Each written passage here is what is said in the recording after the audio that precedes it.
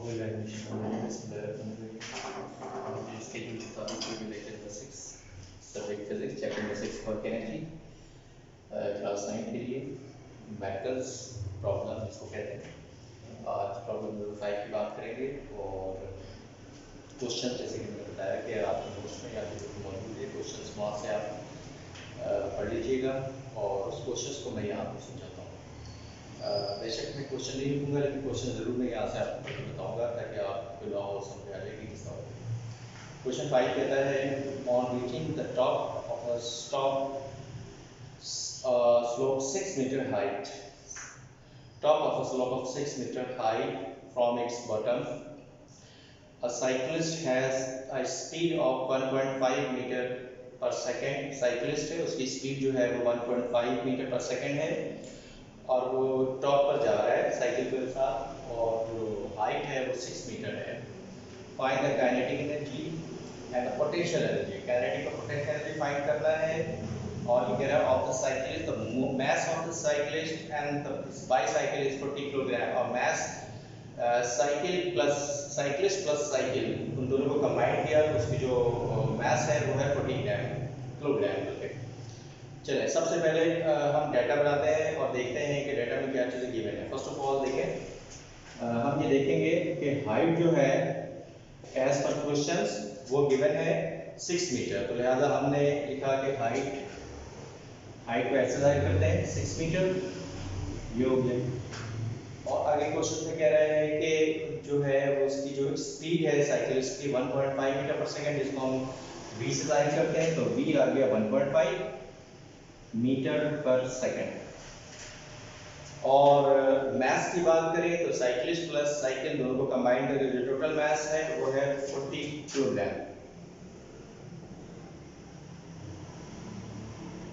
तो इसमें रिक्वायरमेंट है पोटेंशियल एनर्जी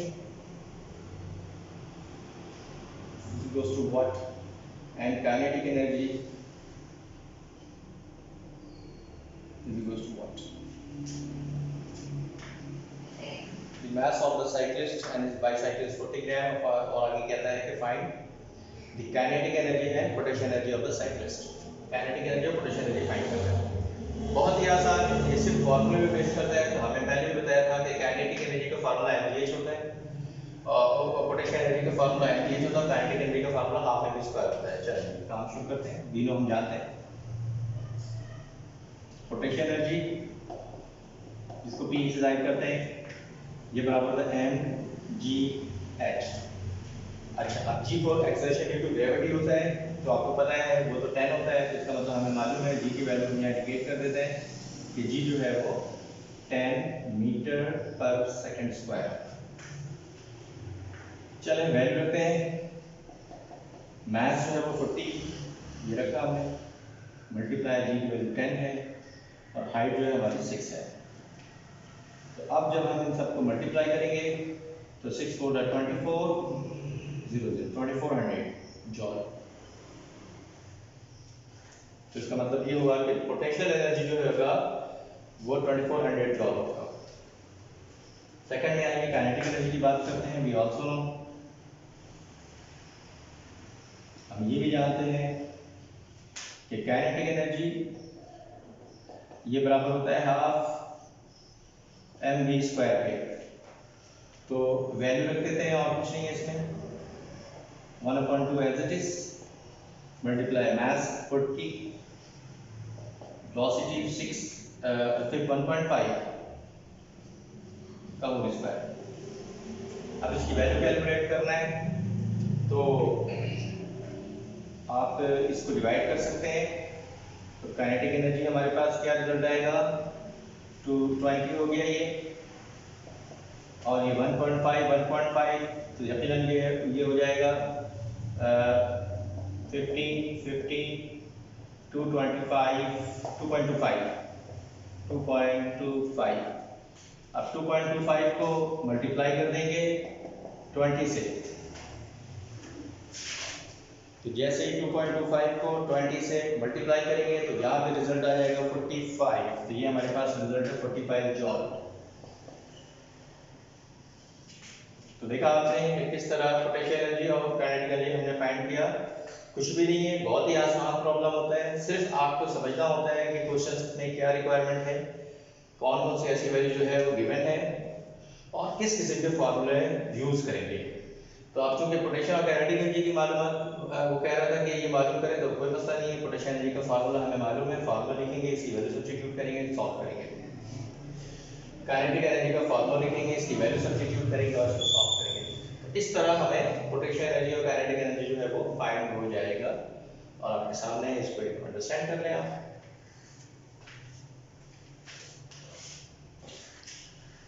उम्मीद है कि आपने इसको अच्छी तरह से अंडरस्टैंड कर दिया होगा, आपको समझ आ गया होगा। अब क्वेश्चन नंबर 6 में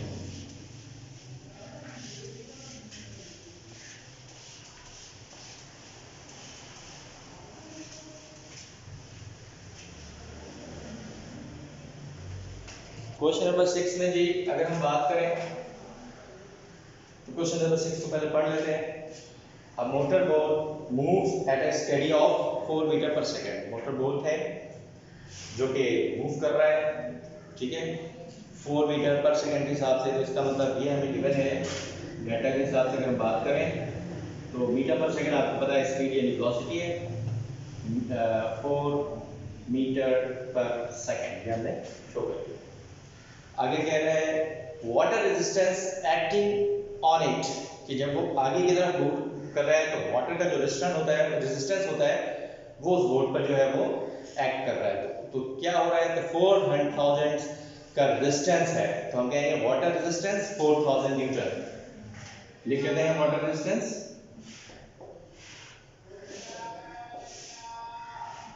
जिसको हम फोर्स स्लिप कह सकते हैं, कि जब बोट आगे की तरफ जा रहा है तो वाटर जो है वो उसको रेजिस्ट कर रहा है बोट के ऊपर, तो वो है 4000, जिसको हम एफ की सूरत में कह सकते हैं फोर्स। तो ये 4000 न्यूटन ये हमने लिखा। अच्छा, अब कह रहा है कि calculate the power of its engine. बताइए कि पावर क्या होगा इंजन का बस। तो अब देखिए, अब पावर के लिए अगर हम बात करें तो पावर का भी अपना एक फार्मूला होता है, लेकिन चलिए लिख लेते हैं कि पहले पावर क्या होता है। What is power? देखिए, अगर हम पावर की बात करें तो पावर का फार्मूला ये होता है कि work done divide by time, ठीक है। पावर फार्मूला ये होता है। इसको चाहे तो आप इस तरह लिख सकते हैं कि वर्क जो है वो F * S की सूरत में, और नीचे लिखते हैं टाइम, तो लिहाजा पावर F S / T के बराबर भी होगा। अब अगर बात करते हैं कि पावर इसके बराबर होगा, क्योंकि अगर हम इसकी बात करें तो ये हमारे पास v यानी स्पीड के बराबर होता है S / T। इसकी जगह अगर हम v लिखेंगे तो हो जाएगा F * b। तो देखा आपने कि फार्मूला हमारे पास पावर का जो है वो डिफरेंट तरह से हो सकता है। तो हमें सिर्फ जनरल फार्मूला है कि पावर वर्क अपॉन टाइम के बराबर है। अगर वर्क और टाइम दिया होगा डायरेक्ट इसको डिवाइड करेंगे, पावर फाइंड हो जाएगा। अगर आपको फोर्स और डिस्प्लेसमेंट दिया हुआ होगा और टाइम गिवन होगा, तो आपने यहाँ फोर्स की वैल्यू, डिस्प्लेसमेंट की वैल्यू रखना है और फिर टाइम की वैल्यू रखना है, उसके बाद कैलकुलेट करेंगे तो उससे भी पावर फाइंड हो जाएगा। क्योंकि ये हमने F * S कहाँ से लिखा, क्योंकि ये वर्क है। हमने लास्ट में बताया था आपको कि वर्क जो है उसका फार्मूला होता है F * S। अब अगर हम पावर के फार्मूले को कन्वर्ट करें इस तरह कि F * V, तो इस तरह कर सकते हैं कि S / T जो है वो V के बराबर होता है, लिहाजा F * T लिख सकते हैं। तो पावर जो है F * T के बराबर भी लिख सकते हैं। अब इस सवाल को जरा देखिए, इसमें ये कहता है कि स्पीड जो है उस बोट की इतना है 4 मीटर पर सेकंड है, वाटर रेजिस्टेंस फोर्स की सूरत में 4000 न्यूटन है। अब हमें पावर जो है फाइंड करना है, तो अब आप जरा गौर करेंगे कैसे होगा। आप लिखेंगे V नो हम जानते हैं, ये फार्मूला इस्तेमाल करना पड़ेगा। क्योंकि देखिए F और V दोनों गिवन, बस फार्मूले में रखें और कैलकुलेट करें, इसमें कुछ भी नहीं है। F * V, तो देखिए F force 4000 Newton into V4। अब इसको मल्टीप्लाई करते हैं, 4 * 4 = 16, तो ये 16,000 जो है वाट के बराबर, क्योंकि पावर का यूनिट होता है वाट। अच्छा, अब अगर हम इसको आंसर लिख सकते हैं कि 16,000 वाट, बट हम अगर इसको किलोवाट में कैलकुलेट करना चाहें तो आप किलोवाट में इस तरह लिख सकते हैं कि याद रखिएगा किलोवाट में लिख सकते हैं। बाद में क्वेश्चन में कहता है कि पावर कैलकुलेट कीजिए, लेकिन जो पावर लाइए वो किलोवाट में कैलकुलेट कीजिए। तो हम तो वाट में कैलकुलेट करें, क्योंकि पावर का यूनिट होता है वाट, लेकिन इसको किलोवाट में कन्वर्ट करना है, कोई मसला नहीं। मैंने आपको बताया था किसी भी क्वांटिटी को किलो में करने के लिए आप 1000 से डिवाइड कर दो। इसका मतलब अगर ये 16,000 को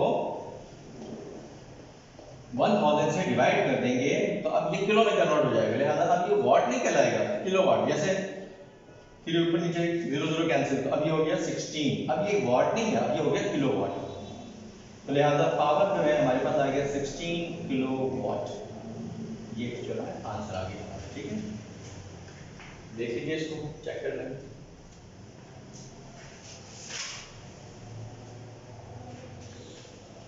तो देखा आपने, बहुत ही आसान सवाल है ये।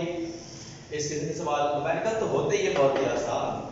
मैंने बार बार कहा स्टूडेंट्स को ये मुश्किल लगता है, पता नहीं क्यों मुश्किल लगता है उनको। मैंने कहा सिर्फ 2 से 3 स्टेप्स याद रखें।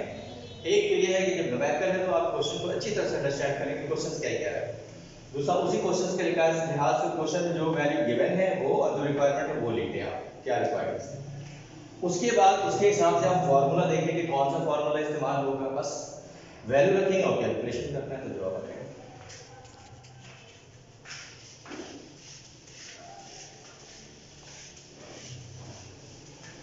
आइए भी क्वेश्चन नंबर 7 की तरफ आते हैं। देखिए क्वेश्चन नंबर 7 को तो मैं पढ़ देता हूं पहले। कहता है a man pull a block with a force of 300 Newton. Block को खींचता है 300 न्यूटन थ्रू 50 मीटर इन 60 सेकंड। 50 मीटर तक है ऊपर जो है पुल कर रहा है और वो टाइम जो ले रहा है वो 60 सेकंड्स ले रहा है। Find the power used by him to pull the block. बताइए कितना पावर अप्लाई किया उस बंदे ने ब्लॉक का, पावर फाइंड करना है। चलिए जी पहले हम डाटा बनाते हैं। सबसे पहले देखिए क्या है, फोर्स जो है वो 300 न्यूटन की मैंने लिया था, एफ हमने लिखा 300 न्यूटन, ये लिख दिया। उसके बाद कहता है कि उसको जो है 50 मीटर जो है वो उसको ऊपर की जाने पुल किया हुआ है, ऐसी बात है। तो इसका मतलब एस 50 मीटर और उसके बाद टाइम जो है वो 60 सेकेंड। देन फाइंड क्या करना है कि पावर, चलिए P फॉर पावर लिखते हैं। अब देखिए सवाल से हमने डाटा बना लिया, डाटा हमें बहुत ही आसानी पूर्वक डाटा के जरिए से हमें पता चलेगा कि एक्चुअल में क्या है, सवाल क्या कह रहे हैं, फार्मूला, क्योंकि बेसिकली ये फार्मूला ही तो बेस पे है क्वेश्चन, ये सारे फार्मूला बेस्ड होते हैं। हमें पावर कैलकुलेट करना है, FST दिया हुआ है, तो अब पावर का जनरल फार्मूला हमारे ध्यान में आ गया। लेकिन मैंने यहाँ ये भी बताया था कि वर्क F into S के बराबर होता है, हमने इसकी जगह लिखा F into S upon T। तो इसका मतलब ये हुआ कि आप और कीजिए FST, ये तो गिवन है ऑलरेडी, तो क्यों हम डायरेक्ट ये फार्मूला अप्लाई कर लेंगे, पावर बराबर F into S divide by T, बहुत ही आसान हो जाएगा जी, बिल्कुल ऐसे ही। देखिए हमने लिखा V0, हम जानते हैं कि पावर बराबर होता है F into S divide by T, ये हो गया। अच्छा आइए अब हम बात कर लेते हैं F फोर्स कितना है, 300,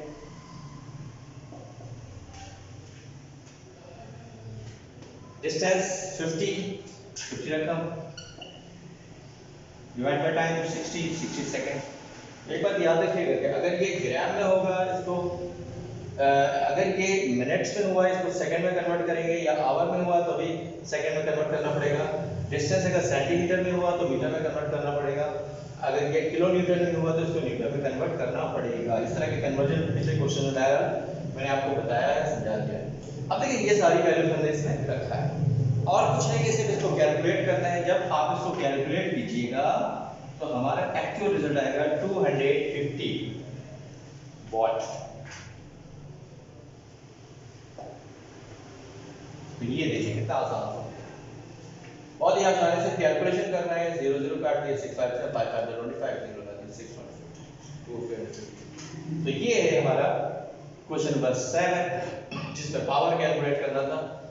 और कोई मुश्किल नहीं है, डाटा बनाने के बाद जो गिवन है, जो रिक्वायरमेंट है, उसके हिसाब से फार्मूला लगाइए, उसके बाद कैलकुलेट करिए, ठीक है। आइए अब जरा नेक्स्ट क्वेश्चन पे आते हैं। जी बाकी आप अंदर समझ में आ गया, ठीक है।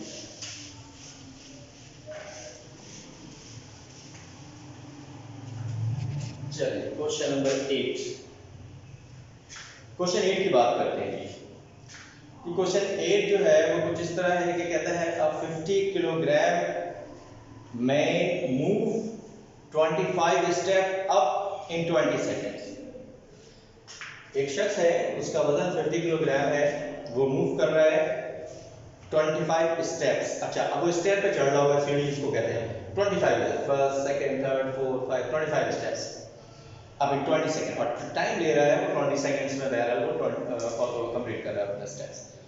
Find his power, power find करना है जी। If each step is 16 centimetre high, देखिए हमें पावर कैलकुलेट करना है कि जब ईच स्टेप जो है वो कह रहा है कि 16 सेंटीमीटर जो है उसकी हाइट है। चलिए डाटा बनाते हैं। देखिए सबसे पहले लेंगे मास 50 kg, यस मास 50 kg यहाँ लिखा, ठीक है। हाइट जो है वो 16 सेंटीमीटर्स जो है वो उसमें कह रहा है कि 16 सेंटीमीटर्स। स्टेप्स है 25 steps up in 20 second, find his power if each steps in 16 centimetre. अगर हम बात करते हैं इस हाइट की तो हम लिखते हैं, चलिए 16 सेंटीमीटर लिख देते हैं, और नंबर ऑफ स्टेप्स है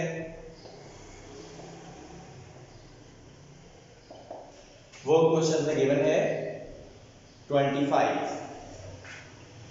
जिसको हम m से डिवाइड कर सकते हैं 25।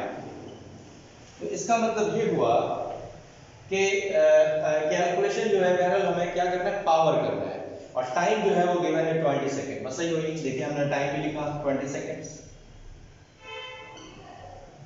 और कैलकुलेट करना है power, power is equals to what, हमें पावर कैलकुलेट करना है। अच्छा, अब जरा गौर कीजिएगा कि पावर का फार्मूला आपके सामने मौजूद है और ये भी मौजूद है, हम इसकी बात नहीं करते क्योंकि यहाँ तो फोर्स गिवन है और स्पीड भी है, यहाँ फोर्स और स्पीड की बात ही नहीं हो रहा, इस फार्मूले की हम बात करके नहीं करेंगे। हाँ, इस पर आ जाइए जरा, फोर्स और डिस्प्लेसमेंट और टाइम, इसको हमें यूज करना है, ठीक है जी, इसको हमें यूज करना है। अब देखिए इसको हम किस तरह सॉल्व करेंगे और इसका तरीकाकार क्या होता है, जरा गौर करते हैं कि कैसे इसको हम सॉल्व करेंगे। अच्छा, अब सवाल ये है कि देखें ये जो गिवन है ना, ये इन दोनों की मदद से हम एक्चुअल हाइट निकाल लेंगे, या कि कितना जो है वो गया है ऊपर, एक्चुअल हाइट हम फाइंड करेंगे। तो अब हम इसके लिए काम ये करना चाहेंगे कि देखिए डिस्टेंस इसको हम अमूमन s से जाहिर करते हैं, ऐसे। ये देखिए 16 सेंटीमीटर उसकी हाइट है कि स्टेप की, और स्टेप जो है वो 20 है, तो इसका मतलब क्या हुआ, 16 को अगर 25 स्टेप जो है वो 25 है मल्टीप्लाई कर देंगे तो बेसिकली एक्चुअल हमारा जो है वो पता चल जाएगा कि कितना डिस्टेंस उसने ट्रैवल किया है। तो 16 मल्टीप्लाई बाय 25 जब मिलेगा, ठीक है। तो अब हमने इस तरह किया, लेकिन एक चीज याद रखिए, होता यह है कि ये 16 सेंटीमीटर है, हमें इसको क्या करना पड़ेगा, मीटर में कन्वर्ट करना पड़ेगा, कन्वर्ट करना चाहिए। मैंने बताया था कि अगर सेंटीमीटर हो तो मीटर में कन्वर्ट करेंगे, ग्राम हो तो किलोग्राम में कन्वर्ट करेंगे, मिनट्स हो तो सेकंड में कन्वर्ट करेंगे। तो ये ऑलरेडी सेकंड में गिवन है, ये ऑलरेडी ग्राम में गिवन है, लेकिन यहाँ देखें आप, ये तो सेंटीमीटर है, ये सेंटीमीटर है और एसआई यूनिट जो है वो मीटर होता है, तो कोई मसला नहीं, इसको पहले कैलकुलेट करना चाहिए हमें। तो लिहाजा हम ये करेंगे 16 डिवाइड बाय 100, क्यों, सेंटीमीटर से मीटर में जाने के लिए हमेशा 100 से डिवाइड कर दिया गया, जिस तरह ग्राम से किलोग्राम में जाने के लिए 1000 से डिवाइड करते हैं, इसी तरह सेंटीमीटर से मीटर में कन्वर्ट करने के लिए 100 से डिवाइड कीजिएगा उस वैल्यू को, ये हो जाएगा 0.16। अब ये बन गया मीटर 0.16।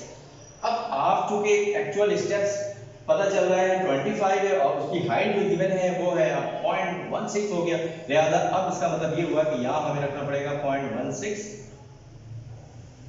और multiply by number of steps. अब जब हम इसको कैलकुलेट करेंगे तो यहाँ से हमारे पास रिजल्ट जो है वो आएगा 4 मीटर। देखिए हमने फार्मूले के लिहाज से s हमें चाहिए था, क्योंकि ये बता रहा है कि पावर फाइंड करके s चाहिए हमें निकालनी है, t की वैल्यू गिवन है। हाँ, अब बात करते हैं f। देखिए f यानी फोर्स नहीं मालूम है, अच्छा लेकिन हमें ये तो मालूम है ना कि वो जो शख्स है उसका अपना वेट जो है वो यानी मास जो है वो 50 किलोग्राम है। अब जरा गौर करते हैं कि ये क्या करें। देखिए हमें मालूम है कि W बराबर यानी वेट बराबर होता है mg के, ये फार्मूला पहले भी आप लिख चुके हैं। अब जरा गौर करते हैं कि इसमें फर्दर क्या करना पड़ेगा। देखिए मैथ जो है वो गिवन है 50 और बार बार हम कहते हैं जी की वैल्यू जो ग्रेविटी होती है इसकी वैल्यू फिक्स है यानी कि 10, तो लिहाजा वेट क्या हो जाएगा 500 और चूंकि इसका यूनिट भी न्यूटन होता है। अच्छा लेकिन हमें तो फोर्स चाहिए, तो यहाँ ये रख लेंगे, आप इस तरह कर लें कि यही एक्चुअल में जो वेट है वो इसका फोर्स है, तो लिहाजा आप आखिर में ये भी कर सकते हैं कि here F is equals to 500 newton, क्योंकि इसका यूनिट भी न्यूटन होता है और वेट जो है वो न्यूटन की फोर्स के बराबर हो जाएगा। लिहाजा हमने F is equals to 500 newton कर दिया। तो लिहाजा अब अगर हम फोर्स की बात करें तो फौरी तौर पर हमें इसका वेट पे जाना पड़ेगा और वेट के वैल्यू निकालते हैं वो इसका फोर्स होता है। लिहाजा हम इस तरह कह सकते हैं 500 न्यूटन और एक्चुअल में फोर्स भी फाइंड हो गया। अब पावर फाइंड तो हमें पावर करना है, लेकिन जो पावर के लिए हमें दो ज़्यादा छोटी छोटी चीज़ें चाहिए थी, बैरल को हमने फाइंड किया। अब लिखिए वी नो, हम जानते हैं कि पावर जो है बराबर होता है F into S divided by T, ये लिखना। अब वैल्यू रख दें, फोर्स 500, एस यानी डिस्टेंस 4, टाइम यानी कि टाइम 20 सेकेंड्स। देखा आपने सारी वैल्यू अंदर रखी और कुछ नहीं है, अब सिर्फ इसको कैलकुलेट करना है और इसको कैलकुलेट करेंगे तो ये जो है 0 से 0 कैंसिल हो जाएगा, ये 2 हो जाएगा, 50 टू द 100 वाट।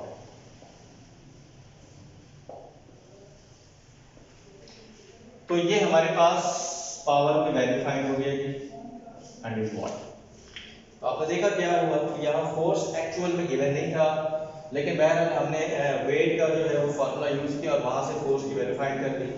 इसी तरह हमें जो है वो डिस्टेंस फाइंड करना था, ये नहीं मालूम था, लेकिन इसके लिए उसने कहा कि जो स्टेप्स की हाइट जो है वो 16 सेंटीमीटर है और नंबर ऑफ स्टेप्स जो स्टेयर का है वो 25 है। तो अगर 25 को 16 मीटर बना में कन्वर्ट करके इससे मल्टीप्लाई कर देंगे तो डेफिनेटली हमारे पास जो है वो एस फाइंड हो जाएगा। और यही तो फार्मूले में हमें रिक्वायरमेंट था, एफ और एस, टी ऑलरेडी गिवन था, वैल्यू रखा और कैलकुलेट कर लिया। इसको देखिएगा,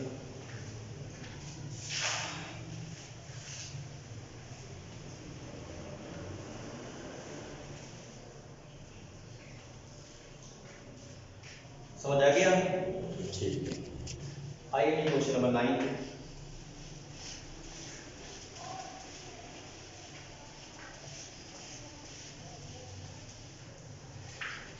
क्वेश्चन नंबर 9 जी, क्वेश्चन पढ़ देता हूं। Calculate the power of a pump, power of a pump find करना है, which can lift 200 kilogram of water through a height of 60 meter in 10 seconds। 60 metre तक हमें हाइट है, यहाँ हमें पावर को लिफ्ट करना है, वाटर को लिफ्ट करने की हेल्प ऑफ वाटर पंप। अब कितना सेकंड ले रहे हैं? 10 सेकंड्स। तो क्या करने कह रहे हैं? पावर कैलकुलेट करने कह रहे हैं। चलिए फार्मूले डेटा बनाते हैं और उसके बाद फार्मूले की बात करते हैं। देखिए सबसे पहले देखिए क्या है, लिफ्ट किया 200 kilogram of water, kilogram is the unit of mass, तो लिहाजा मास जो है वो 200 किलोग्राम, उसे नहीं कह रहा है मास, लेकिन किलोग्राम कह दिए, तो ग्राम या किलोग्राम जो है वो यूनिट होता है मास का, तो लिहाजा हमें गिवन है मास। हाइट जो कि गिवन है 6 सेंटीमीटर, 6 हमने लिखा हाइट 6। अगर ये सेंटीमीटर में होता तो हम इसको सेंटीमीटर में सेंटीमीटर से मीटर में कन्वर्ट करते हैं, और आपको पता है कि सेंटीमीटर से को अगर 100 से डिवाइड करेंगे तो वो मीटर में कन्वर्ट हो जाएगा। और टाइम जो है वो गिवन है टी फॉर टाइम, क्वेश्चन में टाइम जो है वो गिवन है 10 सेकंड्स, ठीक है 10 सेकंड्स। ये हमने डाटा बना लिया। अब हमें क्या चाहिए? पावर ऑफ द पंप, लिहाजा पावर फाइंड करना है, P फॉर पावर। अच्छा, अब अगर हमें पावर सॉल्व करना है, पावर की वैल्यू, तो अब आप देखिए फॉर्मूला तो ये है। अब जरा गौर कीजिए कि T गिवन है, जबकि डिस्टेंस जो है वो हाइट या डिस्टेंस बाद देखिए, चूंकि वो ऊपर की तरफ जा रहा है 6 मीटर, तो हम यहाँ 6 लिख सकते हैं। अब जो हमारे लिए सारा प्रॉब्लम है वो है फोर्स के लिए। तो फोर्स के लिए अगर मास गिवन हो तो आसानी से वेट की मदद से फोर्स फाइंड कर सकते हैं, ठीक है।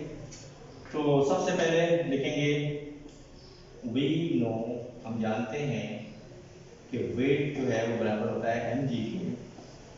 लिहाजा अगर हम बात करते हैं मास ऑफ द वाटर 200 और जो है वो g जो है वो 10 होता है, तो यहाँ शो कर दीजिए कि g की वैल्यू हमें पता है 10 मीटर पर सेकंड स्क्वायर। तो वेट जो है वो 2000 न्यूटन आ गया। आप इसको फोर्स कर सकते हैं, आप इसको फोर्स कह सकते हैं 2000 न्यूटन। तो फोर्स आ गई। अब हमें डिस्टेंस ऑलरेडी मैंने कहा कि एच एस, क्योंकि हाइट की बात कर रहा था हमने एच कर दिया, ठीक है। तो यहाँ हम इसको एस की जगह एच लिख सकते हैं और यहाँ 6 की वैल्यू पुट कर सकते हैं। देखिए फुल पावर या वी आल्सो नो, हम जानते हैं, हम ये भी जानते हैं कि पावर बराबर होता है वर्क अपॉन टाइम, ठीक है। हम इसका भी लिख सकते हैं, पहले वर्क अपॉन टाइम, उसके बाद हम ये कर सकते हैं वर्क जो है वो F into S divide by T. Direct भी लिख सकते हैं लेकिन इस तरह भी शो कर सकते हैं work upon time divide by T. चलिए अब हम सॉल्व करते हैं फर्दर। F की वैल्यू जो है वो फाइंड कर चुके हैं हम ऑलरेडी 2000 मीटर, लिहाजा हमने 2000 लिख दिया। S हाइट 6 की सूरत में हमने 6 लिख दिया और टाइम 10 हमने 10 लिख दिया। ये हो गया। अब जब हम इसको कैलकुलेट करेंगे तो ये हो जाएगा 1200 वाट। W लिखते हैं, W लिखते हैं इस बार। तो 1200 वाट जो है पावर ऑफ द पंप जो होगा वो 1200 वाट के बराबर होगा और ये हमें कैलकुलेट करना था क्लास। तो ये था आज की क्लास, हमारा चैप्टर नंबर 6 का प्रॉब्लम मैथमेटिक्स, और उम्मीद है कि आपको समझ आया होगा। और मैं समझता हूँ कि आप इसकी प्रैक्टिस करें, घर में बार बार प्रैक्टिस करें, फार्मूला याद करें, क्वेश्चंस को अंडरस्टैंड करें, तो मेरा ख्याल है कि आपके लिए कोई प्रॉब्लम नहीं होगा, किसी भी चैप्टर्स के किसी भी मैथ को आसानी से सॉल्व कर सकते हैं। ठीक, अल्लाह हाफ़िज़।